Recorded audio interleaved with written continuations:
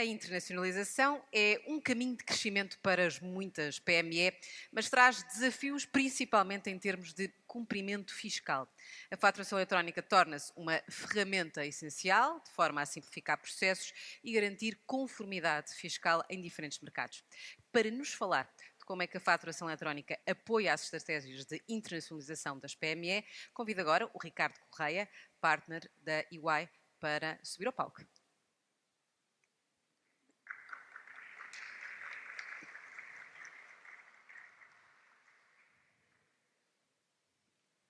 Bem-vindo, Ricardo. Obrigado.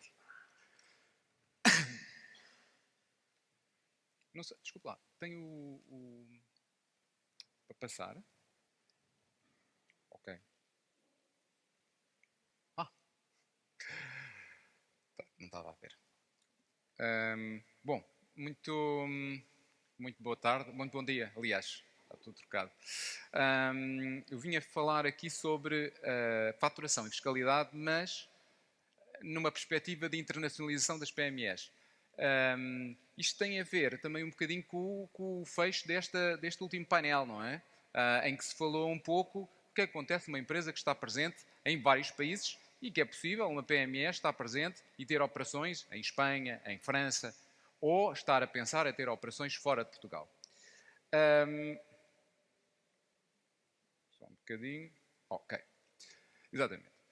Para dar aqui um contexto sobre o tema da faturação eletrónica e sobre onde é que se encontra, contextualizar em termos de framework, onde é que se encontra a faturação eletrónica. Isto é um movimento que vem do movimento de digitalização das autoridades tributárias.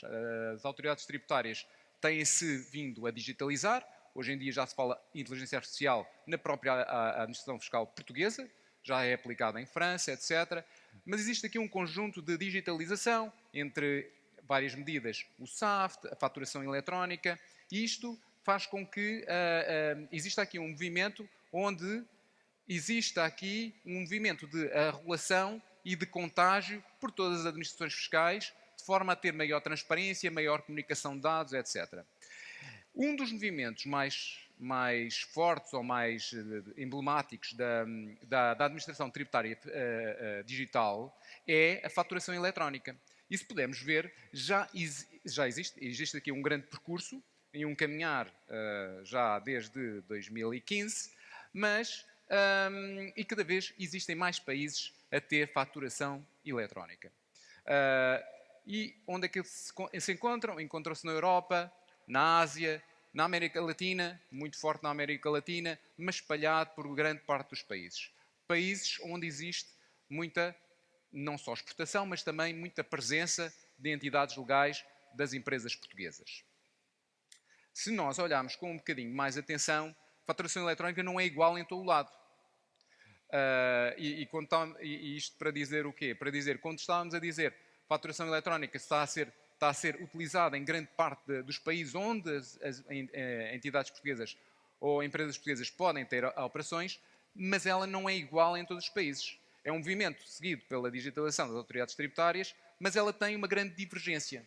Existem diferentes regimes de faturação eletrónica, diferentes formatos, estávamos aqui a falar da fatura em PDF com selo qualificado, estamos a falar aqui do SIS-PT, penso que já se falou anteriormente, se é mandatório, se é opcional, existe em vários países, em função do segmento, em função do threshold, em função da faturação eletrónica é obrigatória ou é opcional, existem diferentes prazos de implementação, portanto, não é a mesma coisa. Eu não vou estar aqui a falar, mas existem vários modelos e vários regimes de faturação eletrónica que condicionam a implementação de uma solução que uma empresa possa adotar. O que é que isto significa? Significa que faturação eletrónica, nós podemos estar a falar sempre faturação eletrónica com uma mesma palavra, mas tem significados diferentes e tem implementações diferentes.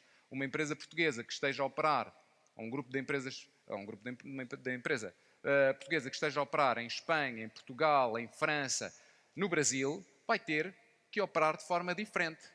Pode ter o mesmo sistema de faturação, mas em termos de operatividade, em termos de operação de faturação eletrónica, tem que funcionar de maneira diferente. Vejam estes exemplos. Existem formas diferentes de implementar a faturação eletrónica. É verdade que ela tem sempre o mesmo fundamento, que nós vimos agora neste último painel, segurança, de traceabilidade, de aumentar o cash flow das empresas. Todas a mesma verdade, mas existe uma forma de implementação diferente. Nem tudo é igual. Se formos ver com lupa, é um movimento spread all over the world, mas cada país tem a sua particularidade. E resultado disto, um estudo feito pela EY recentemente, em 2024, perguntando-se às empresas qual era a maior preocupação, ou quais eram as maiores preocupações relativas ao novo reporte fiscal, ao novo reporte tributário. A primeira, em 57%, é invoicing. E porquê? Exatamente porque acabei de dizer. Não porque o invoicing é complexo, é por esta distribuição e não uniformização. Sabemos que vem o VIDA se calhar na Europa, o VIDA se calhar na Europa vai uniformizar na Europa, mas mesmo na Europa existem aqui diferenças. Mas vai haver alguma uniformização. Mas se formos para a América Latina já não temos essa mesma uniformização. Se formos para a Ásia já não temos a mesma uniformização. E em alguns países africanos não seja uma coisa muito comum, mas também não temos essa mesma uniformização. E vai existir diferenças. E, portanto, esta era a principal preocupação. E para além do principal problema, portanto, o principal foco e o principal tema de preocupação, e por acaso até resolve alguns temas, estivemos agora a falar alguns temas do CBAM, que é o Carbon Border Adjustment, o Country by Country Reporting, etc. Também são temas importantes, mas não está no topo das preocupações e, portanto, a maior preocupação das empresas atualmente, a nível de reporte, tem outras preocupações, obviamente, não é só a faturação eletrónica, acredito, mas em termos de reporte fiscal é a faturação eletrónica. E, uma coisa muito interessante, 60% não têm muita confiança como tratar deste tema. Isto não quer dizer que não existam soluções, estamos aqui num contexto de entender soluções que podem interessar este problema, mas isto quer dizer que as empresas têm, e por isso é que estamos aqui, tentar explicar um bocadinho sobre o que é a faturação eletrónica, como é que se pode resolver esses problemas, como é que se podem implementar soluções, mas a grande maioria das empresas sente pouca confiança. Houve, mas diz, ainda não entendi muito bem. E porquê? Por causa também da disseminação e da diferença nos vários países. Porque num país disse uma coisa, depois no outro país disse outra, e isto faz com que exista aqui algum bocadinho de indeterminação. Bom, mas de qualquer forma, seja a faturação eletrónica. A faturação eletrónica existe em 50 e tal, 60 países no mundo inteiro. E vão dizer, mas não existe ainda faturação eletrónica, sei lá, já existem em grandes partes dos países, mas vai existir. VIDA vai abarcar toda a Europa. Na América Latina pode existir alguns países que não têm vestícios, mas já esteja implementado ou esteja perto de implementar, vai ser uma realidade. Esteja a empresa de ser nossa empresa no país de origem do headquarters, ou seja a sua subsidiária, vamos ter que endereçar esses problemas. Vamos ter que endereçar a faturação eletrónica. Uma multinacional ou uma PME que esteja a pensar na sua internacionalização ou já esteja internacionalizada, mesmo que em Portugal não tenha faturação eletrónica, tem em Espanha, tem em França. Portanto, vai ter que pensar na faturação eletrónica, vai ter que pensar em soluções. Faturação eletrónica é uma realidade na missão ou no desígnio, na estratégia de internacionalização de uma PME. Peço perdão.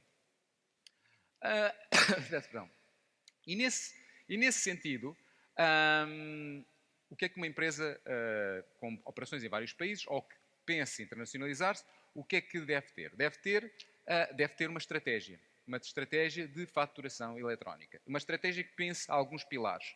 Como acompanhar estas alterações regulamentares. Se não fôssemos Portugal, não sabíamos que tínhamos de viver deste adiamento. Se estivéssemos em Espanha, não saberíamos, não é?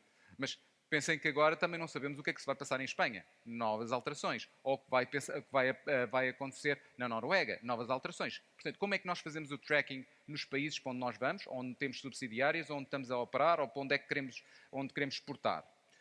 Portanto, um dos primeiros pilares é, nesta estratégia, saber ou ter uma maneira de fazer o tracking ou acompanhar essas alterações regulamentares nos vários países. Isto é fundamental, senão estamos a falhar, não é? O segundo passo, obviamente, é entender e tentar já começar a descobrir quais são os processos e tecnologias que me permite endereçar o tema de faturação eletrónica.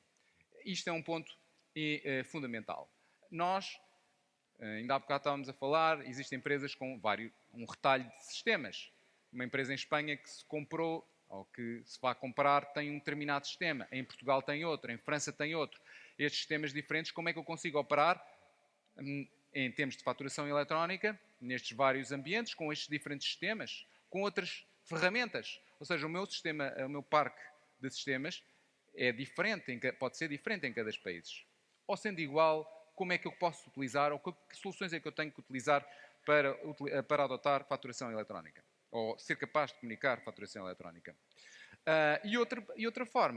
Outra maneira é que, como é que eu consigo garantir controle sobre estas operações nos vários países? Ou seja, Espanha tem faturação eletrónica, Portugal não tem faturação eletrónica. Como é que eu consigo ter aqui um sistema que me gire estes dois universos diferentes e eu consiga ter um layer de visualização e controle sobre ambos os países, sobre o que é que eles estão a emitir de faturação, sobre o seu cash flow?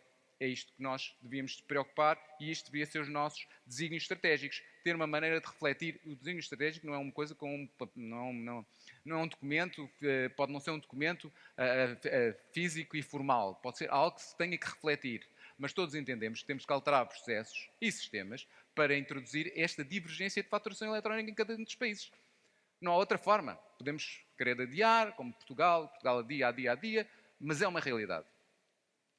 Só uma nota, em relação a solução, e estamos aqui neste fórum, em relação às soluções, as empresas ainda não pensaram muito sobre isto. Se formos ver, 36% das empresas, e também resultado daquele estudo que estava a falar há pouco, 36% das empresas ainda não escolheu qual a solução que vai utilizar. Não escolheu a solução nem o modelo, porque pode construir, pode comprar uma solução, pode fazer outsourcing e não sabe o que é que vai fazer. É estes 36%. Não sabe minimamente o que é que vai fazer. Estes 36% é preocupante, quer dizer que não tem nenhum desígnio estratégico, não tem nenhum pensamento estratégico, está a gerir porque está a gerir. Não é verdadeiramente um gestor de empresas, não é verdadeiramente um empresário, não é verdadeiramente um entrepreneur, porque se acontecer, aconteceu, se não acontecer, não aconteceu. E existem várias vantagens. Melhoria do cash flow, aumentar a capacidade de cobrança, etc.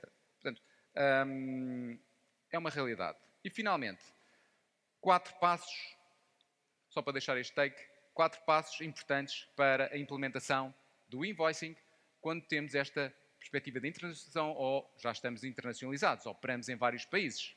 O primeiro passo, claramente, é preparar o invoicing. Obviamente que sim. Ter uma visão clara onde é que é necessário e onde é que se perspectiva de ser necessário. E isso dá-nos a visão do gap. O que é que eu tenho que construir para lá chegar? O segundo passo é redefinir a minha estratégia de tax. Porque se eu agora começar a pensar numa solução que me consiga operacionalizar vários países e garantir a faturação eletrónica, eu também posso começar a pensar noutras coisas. Como é que eu consigo automatizar, e há bocadinho estávamos a falar, falou-se há pouco no painel anterior, automatizar numa pequena empresa, automatizar a emissão de faturação, automatizar o meu compliance fiscal, automatizar o meu reporte de IVA nos vários países. Como é que eu consigo automatizar o meu reporte de IVA? Não me preocupar com isto. Como é que eu consigo... Isto, ou seja, se eu já estou a pensar em novos sistemas, novas soluções, eu posso repensar toda a estratégia da minha função fiscal e financeira. Incluir automação, redução de pessoas e redução de custos. Não é pessoas, mas é de custos. Otimização de processos e aí conseguir redução de custos.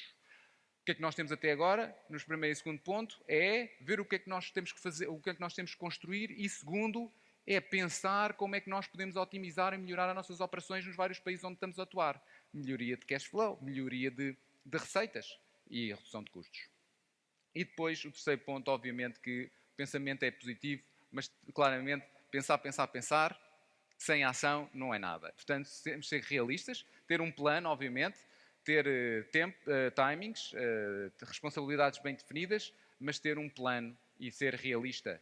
E quando estamos a falar de pensar nesta solução que endereça vários países e viram que é uma realidade que os países não são iguais, então deveríamos implementar e deveríamos começar a pensar e fazer já hoje. Se viermos a pensar só em Portugal, ainda vimos agora no painel, devíamos fazer já hoje, começar a trabalhar nisso. Mas se começarem a pensar que em Portugal é uma realidade, em Espanha é outra, em França é outra e no Brasil é outra, e se tiverem operações em vários países, então já estamos atrasados. Portanto, já devíamos ter começado. A ação aqui é fundamental. E, portanto, temos de ser realistas e não começar naquele momento onde estamos já sem hipótese de recuperar. E, finalmente, O último ponto é existir ou ter a capacidade, se no ponto 2 é ter aqui uma estratégia para otimizar as minhas operações, no ponto 4 temos qual é os dados e a tecnologia que eu devo ter. E aqui está muito relacionado com este fórum, com este seminário, ou esta exposição. Está muito relacionado porque tem a ver com a escolha de tecnologia ou de solução que melhor me garante esta interoperacional, peço desculpa, entre os vários sistemas, entre as várias necessidades de invoicing, e aqui a Safety a Soft Safety consegue ter uma plataforma que me permita ligar vários tipos de sistemas, se tiver, se não tiver, não preciso, e me garanta as várias localizações. E este ponto é importante. E como vimos, 36% ainda não sabe qual é o modelo que vai seguir. E este é o ponto também chave. Não que os 4 pontos tenham que seguir por ordem, mas este é um ponto-chave e deve fazer parte da estratégia para a função fiscal e financeira, para as empresas que querem internacionalizar-se e no contexto da faturação eletrónica. E era isto que me trazia aqui e agradeço a todos.